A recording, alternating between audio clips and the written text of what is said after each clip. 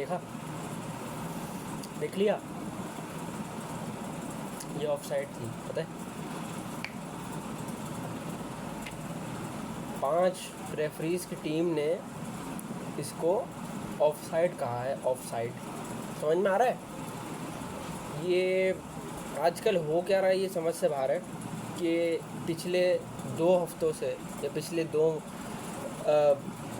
Match week से ये हो क्या रहा है। रियाल के साथ अलग कहानी चल रही है और बार्सिलोना के साथ अलग कहानी चल रही है। एक मतलब ऐसा डिसीजन है कि इसका जो रीज़न है वो इंतहाई स्टूपिडिटी पे बेस करता है मेरे हिसाब से, तो कि जो डिफेंडर इस पिक्चर में ऑफसाइड नज़र आ रहा है उसने प्ले के साथ इंटरवीन किया है। हालांकि अगर देखा जाए उस लाइन को तो उसके जो प्लेयर है उसने कोई ऐसा कुछ नहीं किया है, और जो उसके बराबर में जो प्लेयर है जिसने गोल मारा है उसके बराबर में फ्रेंकी डियोंग खड़ा हुआ है, और उसको किसी ने भी ऑब्स्ट्रक्ट नहीं किया कि ये क्लॉज बनता। इनिगो मार्टिनेज को हल्का सा शील्ड किए गई है ताकि वो चैलेंज ना दे पाए। तो मेरे हिसाब से तो इंतहाई एक लूड्रिकस डिसीजन था ये। और कई इंस्टेंस इस मैच के अंदर ऐसे थे बार्सिलोना के जिसमें बहुत क्वेश्चनेबल चीज़ें थी, और मुझे समझ में नहीं आ रहा कि ये रेफरिंग क्वालिटीज़ को हो क्या गया है। जैसे हमने अभी रियल मैड्रिड वाला मैच था उसमें जो हुआ है मुझे समझ में नहीं आ रहा क्या हो रहा है कि जूड बेलिंगम को हीट ऑफ द मोमेंट के अंदर जो इंटरेक्शन हुई उसकी रेफरी के साथ, उस बात पे जो उसको रेड कार्ड दिया गया है वो एक बिल्कुल अनजस्टिफाइड, और कोई ऐसा रीज़न नहीं बनता उसका कि जिस पे कहा जाए कि हाँ ये रेड कार्ड डिज़र्विंग है। अगर वो ऐसा भी था, अगर उसने डिसेंट के ऊपर भी अगर उसको कार्ड मिलना चाहिए तो वो एट मैक्स उसको येलो मिलना चाहिए था, रेड डिज़र्विंग नहीं था। और उसमें इंग्लिश फुटबॉल से अगर हम स्पेनिश फुटबॉल को कंसीडर किया जाए तो बहुत से पंडिट्स यही बोल रहे हैं कि इंग्लिश फुटबॉल के अंदर ऐसी इंटरेक्शंस रेफरी के साथ होती रहती हैं, और जो कि बात ठीक भी है। क्योंकि अगर हम देखें तो जो हीट ऑफ द मोमेंट के अंदर अगर कोई इंटरेक्शन हो रही है रेफरी के साथ तो प्लेयर्स के अंदर हीटेड एक राइवल कम्पिटिटिवनेस होती है। इसकी वजह से कभी कभी ऐसे इंटरेक्शन हो जाती हैं जो कि उस तरीके से नहीं होती या उस लेवल ऑफ प्रोफेशनलिज्म से नहीं होती। कभी कभी स्लिप ऑफ टंग हो जाता है या ऐसा हो जाता है। जैसे जूड बेलिंगम के साथ कई बार ऐसा हुआ है, उसके जो थ्रो इन के पास जो कैमराज लगे होते हैं एरिया के पास, तो वहाँ पे भी उसकी इनअप्रोप्रिएट बिहेवियर और लैंग्वेज के अंदर हुआ है, जो कि बिल्कुल जस्टिफाइड है, कोई इसमें बड़ी बात नहीं है। अगर प्लेयर अपनी फ्रस्ट्रेशन या अपने ख़िलाफ़ डिसीजन को मानने से इनकार कर रहा है और कुछ रिएक्शन दिखा रहा है तो इसमें कोई ऐसी बात है नहीं। लेकिन फिर वही बात आती है कि ये सिर्फ इस कार्ड तक तो लिमिटेड नहीं है ये बात, क्योंकि इससे पिछले वीक में जो रियाल के साथ एथलेटिको मैड्रिड वाले मैच में हुआ, जो पेनल्टी दी गई लीनो के ऊपर, वो एक तो जो जियोमेनी ने जो टैकल किया था वो टैकल लीनो को नहीं लगा था। और मुझे ये समझ में नहीं आता कि जो वीआर की टीम होती है इसके अंदर 4 बंदे बैठे होते हैं, उन लोगों ने इस चीज़ को देखा और फिर ये डिसाइड किया कि रेफरी को बुलाना चाहिए वीआर मॉनिटर के ऊपर और इस डिसीजन को रिवर्स करना चाहिए। तो ये बात तो बिल्कुल वो है, अनजस्ट सी बात है। तो इसके ऊपर तो खैर क्या ही कह सकते हैं कि मतलब जो एक स्कैंडलस बिहेवियर की एक बात चलती है बार्सिलोना के ऊपर, वो एक तरीके से मेरे हिसाब से दोबारा से इस चीज़ में एवोल्यूशन आ रही है। क्योंकि पिछले कुछ सीजन्स के अंदर जब बार्सिलोना ख़राब परफॉर्म कर रही थी तो इस तरीके के डिसीजंस हमें नहीं मिल रहे थे। उल्टा रियाल के ऊपर इस चीज़ का क्रिटिसिज्म होता था कि रियाल मुस्तकिल उनको पेनल्टी फेवर्स मिलते हैं। और अगर हम इस सीज़न से बात करें तो रियाल को prior to the Atletico game उनको एक भी पेनल्टी उनके अगेंस्ट नहीं गई थी। और उस गेम के बाद से 2 सक्सेसिव मैचेस के अंदर, एक ओसासुना वाला मैच और एक एथलेटिको वाला मैच, उन दोनों के अंदर उनको पेनल्टी उनके अगेंस्ट अवॉर्ड की गई है। और जो कि एक क्रूशल पॉइंट उनके लिए 2 क्रूशल पॉइंट्स ड्रॉप हुए हैं जिसकी वजह से, और इसकी वजह से Barcelona ultimately top of the La Liga table आ गई है दोबारा। क्योंकि जो मैच डे 22 या 21 पे हम देखें तो रियाल जो टॉप ऑफ द टेबल थी और जो बार्सिलोना थी जो थर्ड पे थी, उनके बीच 7 पॉइंट का डिफरेंस था। और गोल डिफरेंस के ऊपर बार्सिलोना आगे है, दोनों पॉइंट्स पे लेवल हैं। तो इस बात पे ये बहुत ही मेरे हिसाब से तो बहुत ही एक ऐसी बात है जो कि नहीं होनी चाहिए, क्योंकि वीएआर का जो काम होता है वो रेफरीज़ को फैसिलिटेट करने का होता है। या ऐसा नहीं होता कि एक ब्लेटेंट चीज़ है, एक ब्लेटेंट ऑफसाइड जो नहीं है उसको ऑफसाइड दे दिया जाए और उसको कवर अप करने के लिए ऐसे लुडिक्रस रीजंस और स्टूपिडिटी के ऊपर बातें की जाए। लेकिन क्या कर सकते हैं, ये आजकल रेफरीज़ के साथ हो रहा है, तो हम क्या कर सकते हैं। अगर इस सब चीज़ों से अगर हम आगे जाएं और गेम की तरफ फोकस करें रियाल और बार्सिलोना का, तो इसमें सबसे बड़ी बात ये है कि जो रियाल का जो मैच था उसके अंदर जो मेन चीज़ मैंने ऑब्ज़र्व की वो ये थी कि जो रियाल की जो क्लिनिकलिटी थी वो बहुत ज़्यादा वो थी अंडर सब स्टैंडर्ड थी या बिलो देयर पार थी।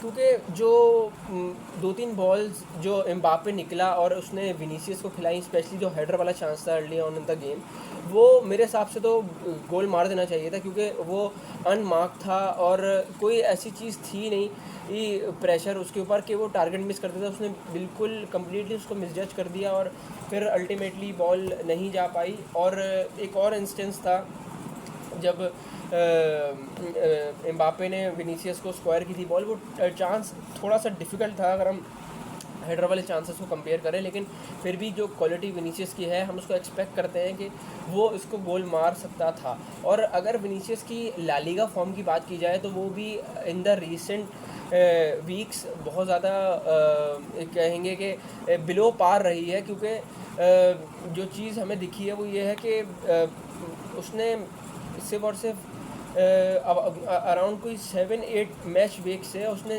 कोई कंट्रीब्यूशन ज़्यादा की नहीं है।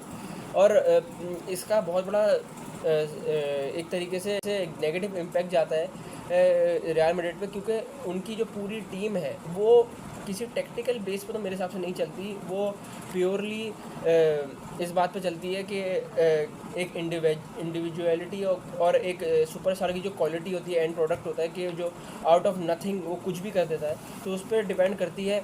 और इस पर बहुत ज़्यादा एक फ्रंट लाइन के ऊपर दूसरे मेंबर्स के ऊपर प्रेशर आता है अगर एक इंडिविजुअल की तरफ से उसकी कंट्रीब्यूशन ड्राई अप हो जाए। तो अब इसका ये हुआ है कि रियल मैड्रिड के लिए जो फेवरेबल पोजीशन थी वो ग्राउंड ख़त्म हो गया है और अब रियाल को दोबारा एक तरीके से कैचअप करना पड़ेगा, या जो एल क्लासिको आएगा रिटर्न फिक्सचर जो होगा उसमें बार्सिलोना को करना पड़ेगा डिफीट अगर उनको ये लीग जीतनी है। और अगर हम बार्सिलोना की बात करें तो बार्सिलोना का जो पूरा गेम था वो मेरे हिसाब से तो जो उनका भी एक तरीके से सिमिलर गेम था, क्योंकि जो उनकी फ्रंट लाइन थी वो मेरे हिसाब से इस मैच में क्लिक नहीं करी।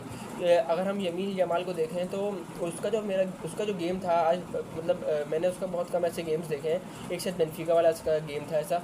आज इस गेम में वो बहुत ज़्यादा ऑफ था, उसके टचेस और ड्रिबल्स इतनी ज़्यादा नहीं थी जो हम देख रहे हैं इस पूरे सीज़न। और उसको एक बड़ा अच्छा चांस मिला था जो लेवेंडोव्स्की की पेनल्टी के बाद जो उसको मिला था, तो उसके अंदर उसको फिनिश करना चाहिए था लेकिन उसने नहीं किया। मेरे हिसाब से तो उसको थोड़ा सा in front of the goal और काम होना चाहिए, लेकिन ऐसा नहीं हुआ। और रफीनिया ने भी बहुत बार चांसेस मिस किए, स्पेशली जो उसको ओल्मो ने खिलाया था, जो उसको मेरे हिसाब से तो लेवेंडोव्स्की को स्क्वायर करना चाहिए था टैप इन के लिए, लेकिन उसने नहीं किया, क्योंकि इस सीज़न जिस फॉर्म में वो है बिल्कुल वो कर सकता है। लेकिन अब देखने वाली बात ये होगी जो मैच वीक्स आ रहे हैं उसमें ये होगा कि क्योंकि दोनों स्क्वाड्स जो हैं वो आहिस्ता आहिस्ता रिकवर कर रहे हैं और फुल फिटनेस पे आ रहे हैं सारे प्लेयर्स, तो मेरे हिसाब से तो हमें इसको देखना चाहिए कि किस तरीके से ये रेफरीज़ की अगर इसी तरीके की चीज़ चलती रही तो टाइटल रेस के ऊपर प्लेयर से ज़्यादा मेरे हिसाब से जो इम्पैक्ट पड़ेगा वो रेफरीज़ का पड़ेगा। और मेरे हिसाब से ऐसा नहीं होना चाहिए। रेफरीज़ एक तरीके से गवर्निंग बॉडी है, एक तरीके से फेयरनेस को कराने वाली बॉडी है, उसको नहीं अपना रोल इतना एक्सटेंड करना चाहिए। और ये बहुत ज़्यादा एक ऐसी चीज़ है जो मेरे हिसाब से तो गेम को बुरा कर देती है, चाहे वो किसी भी टीम के लिए हो। तो मुझे तो बहुत बुरा लगा कि ये जो अभी एक इंतहाई शॉकिंग डिसीजंस चल रहे हैं क्योंकि जो जिस चीज़ के रियल मैड्रिड के ऊपर क्रिटिसिज्म होता है, अब वही चीज़ ऐसा लग रहा है कि बार्सिलोना कर रही है। तो मतलब मेरे हिसाब से तो गेम जो है वो डिस्टर्ब किया जा रहा है, और मुझे तो इस चीज़ में बिल्कुल भी मज़ा नहीं आ रहा है। तो ये देखना होगा, इंटरेस्टिंग होगा कि आगे की जो चल रही है टाइटल रेस वो किस तरह चलेगी। लेकिन अभी अगला जो बड़ा मैच आ रहा है रियल का second leg versus man city, वो बहुत अच्छा मैच होने वाला है मेरे हिसाब से तो, और मैं तो बहुत ज़्यादा एक्साइटेड हूँ। और अगर आप लोग जो है वो इस मैच के बारे में एक्साइटेड हैं तो मुझे कमेंट सेक्शन में अपनी प्रेडिक्शन ज़रूर बताइएगा, ताकि मैं जब वीडियो बनाऊँ उसके बारे में तो मुझे आइडिया हो कि आप लोग किस तरीके से इस मैच को देख रहे हैं, और एक क्या ओवरऑल चल रहा है माइंडसेट, या एक न्यूज़ के क्या मैन सिटी कमबैक कर पाएगी। लेकिन मेरे हिसाब से तो इस चीज़ के चांसेस बहुत स्लिम है। तो ऐसा ही है। बाकी अगर ये चीज़ रेफरीज़ की नहीं ख़त्म हुई तो मेरे हिसाब से तो ला लीगा फिर से कंट्रोवर्शियल हो जाएगी, और एक तरीके से ऐसा लगेगा कि प्लेट के अंदर दिया जा रहा है टाइटल, जिस चीज़ के लिए बहुत ज़्यादा एक्यूज़ हो चुकी है बार्सिलोना पास्ट टाइम्स के ऊपर। तो अब क्या कह सकते हैं, और कुछ कहने को रहा नहीं है। तो